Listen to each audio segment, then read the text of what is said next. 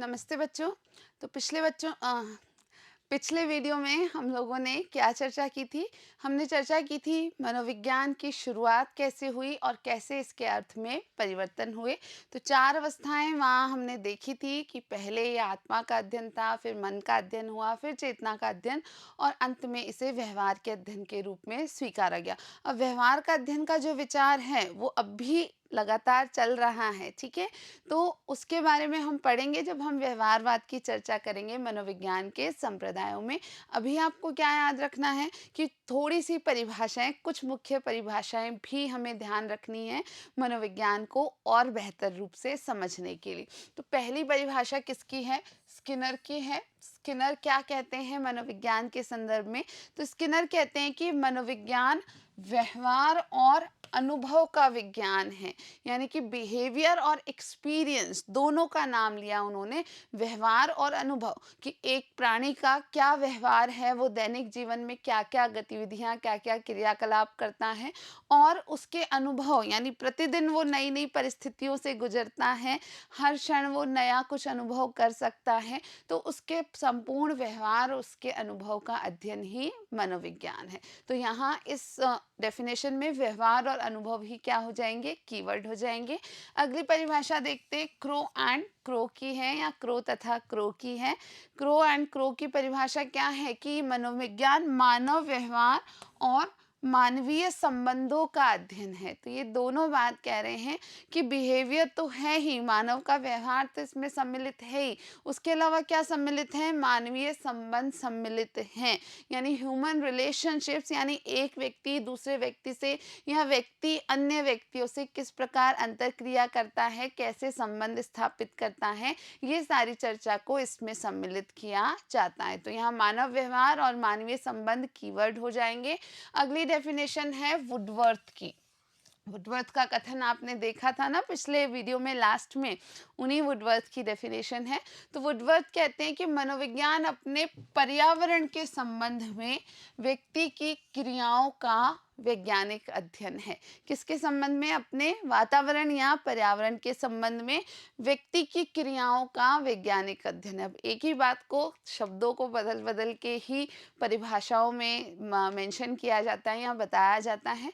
तो यहाँ वुडवर्थ कह रहे हैं कि अपने वातावरण या अपने पर्यावरण के साथ में कोई व्यक्ति अंतरक्रिया करते हुए जो भी क्रिया करता है, यानी वातावरण के संबंध में जितनी भी क्रियाएं वो करता है, उन सभी को वैज्ञानिक रूप से अध्ययन किया जाता है मनोविज्ञान में। अगली डेफिनेशन है बोरिंग की। बोरिंग क्या कहते हैं कि मनोविज्ञान अवलोकनीय मानव व्यवहार से संबंधित है। इनका थोड़ा सा अलग विचार है, ये सिर्फ अवलोकनीय मानव व्यवहार की बात कर रहे हैं। अवलोकनीय मानव व्यवहार यानी जिसका अवलोकन किया जा सके, जिसका निरीक्षण किया जा सके। अब अवलोकन को एक विधि के रूप में हम पढ़ेंगे आगे। अभी आप क्या समझेंगे? अवलोकन यानी जिसे देखा जा सके, जिसे आप प्रत्यक्ष रूप से देख सकते हैं। तो बोरिंग का मानना है कि अवलोकनीय मानवीय व्यवहार का अध्ययन ही मनोविज्ञान है। उसके बाद बात आती है मन की। मन ने क्या कहा है कि आधुनिक मनोविज्ञान का संबंध व्यवहार की वैज्ञानिक खोज से है। तो उसी बात को यहाँ दूसरे शब्दों के उपयोग से मन कह रहे हैं कि ये जो आधुनिक मनोविज्ञान है, आज का मनोविज्ञान है, इसका संबंध व्यवहार की वैज्ञानिक खोज से है। यानी वैज्ञानिक रूप में व्यवहार के बारे में नई नई चीज़ों को खोजना, पता लगाना ही क्या है? मनोविज्ञान है। तो ये कुछ डेफिनेशन से आपको एक ब्रीफ थॉट या एक विचार बनना चाहिए कि मनोविज्ञान क्या है। डायरेक्टली मनोविज्ञान की डेफिनेशन नहीं पूछी जाती है और ना ही आपसे पूछी जाएगी, तो रट्टा मारने की ज़रूरत नहीं है। सिंपली आपको ध्यान रखना है कि हाँ, ये विषय क्या है, इसकी समझ डेवलप करने के लिए, विकसित करने के लिए आपको ये कुछ परिभाषाएं बताई गई हैं। अब बच्चों हम बात करते हैं मनोविज्ञान की शाखाओं की, ब्रांचेस ऑफ साइकोलॉजी की। मनोविज्ञान अपने आप में एक बहुत ही बड़ा या बहुत ही विस्तृत विषय है। अब इस विषय की शाखाओं को 2 भागों में बांटा जाता है, जैसा आप यहाँ देख रहे हैं। एक होती हैं शुद्ध शाखाएं, या हम कहें कि प्योर ब्रांचेस, शुद्ध मनोविज्ञान या शुद्ध शाखाएं कह सकते हैं। और एक होती हैं अप्लाइड या अनुप्रयुक्त शाखाएं। तो यहाँ आप देखेंगे कि कुछ शाखाएँ शुद्ध शाखाएँ कहलाती हैं, कुछ शाखाएँ अनुप्रयुक्त शाखाएँ कहलाती हैं। वास्तव में इन सारी शाखाओं से आपका कंसर्न नहीं है, आपको सब शाखाओं को समझना नहीं होता है। आपको क्या समझना है कि शिक्षा मनोविज्ञान को कहाँ रखा जाता है। अपना जो लेना-देना है वो किससे है? शिक्षा मनोविज्ञान से है। इन सब शाखाओं से आपको कोई ज़्यादा कंसर्न नहीं है। हाँ, बीच में कहीं कोई लिंक आता है तो मैं आपको उस शाखा का नाम बता देती हूँ।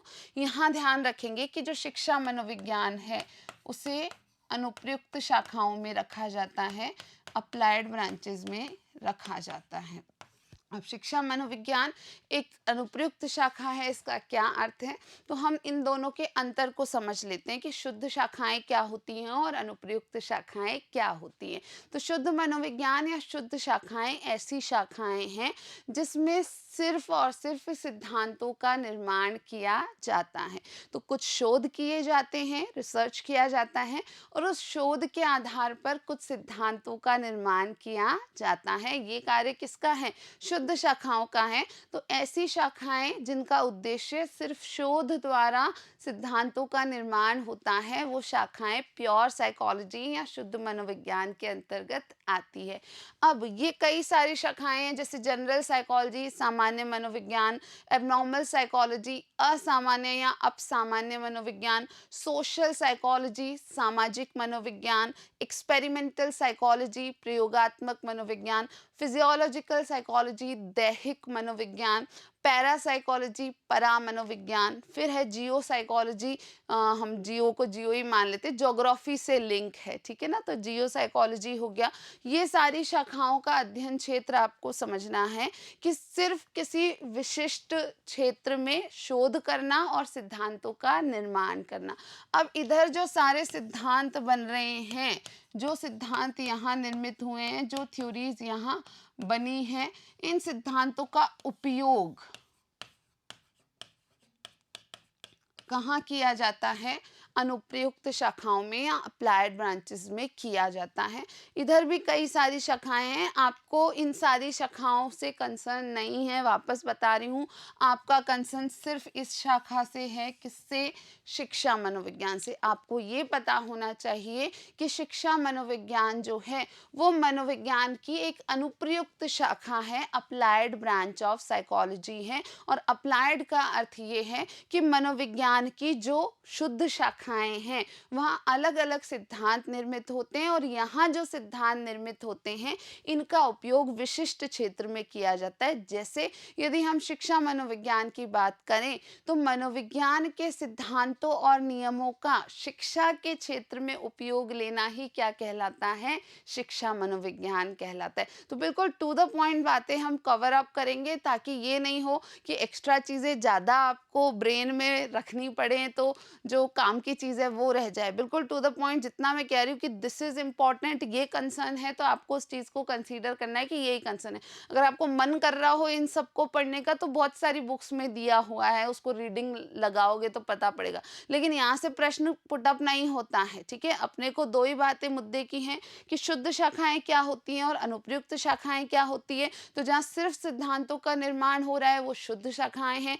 जो सिद्धांत शुद्ध शाखाओं में निर्मित है उनका वास्तविक परिस्थितियों में उपयोग किया जाता है तो वो कौन सी शाखाएं हैं?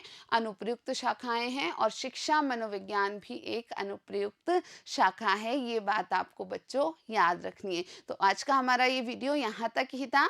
अगली जो कक्षा होगी आपकी, नेक्स्ट वीडियो जो होगा वहाँ हम चर्चा करेंगे मनोविज्ञान के विभिन्न संप्रदायों की या स्कूल्स ऑफ साइकोलॉजी की। अब ये संप्रदाय या स्कूल्स क्या हैं, ये थोड़ा सा आपको क्वेरी हो सकती है, तो वो क्वेरी हम अगले जो वीडियो है वहीं पर सॉल्व करेंगे और विभिन्न जो संप्रदाय हैं उनमें क्या क्या महत्वपूर्ण बात है वो सारी चर्चा करेंगे। वीडियो देखने के लिए आप सभी का बहुत बहुत धन्यवाद।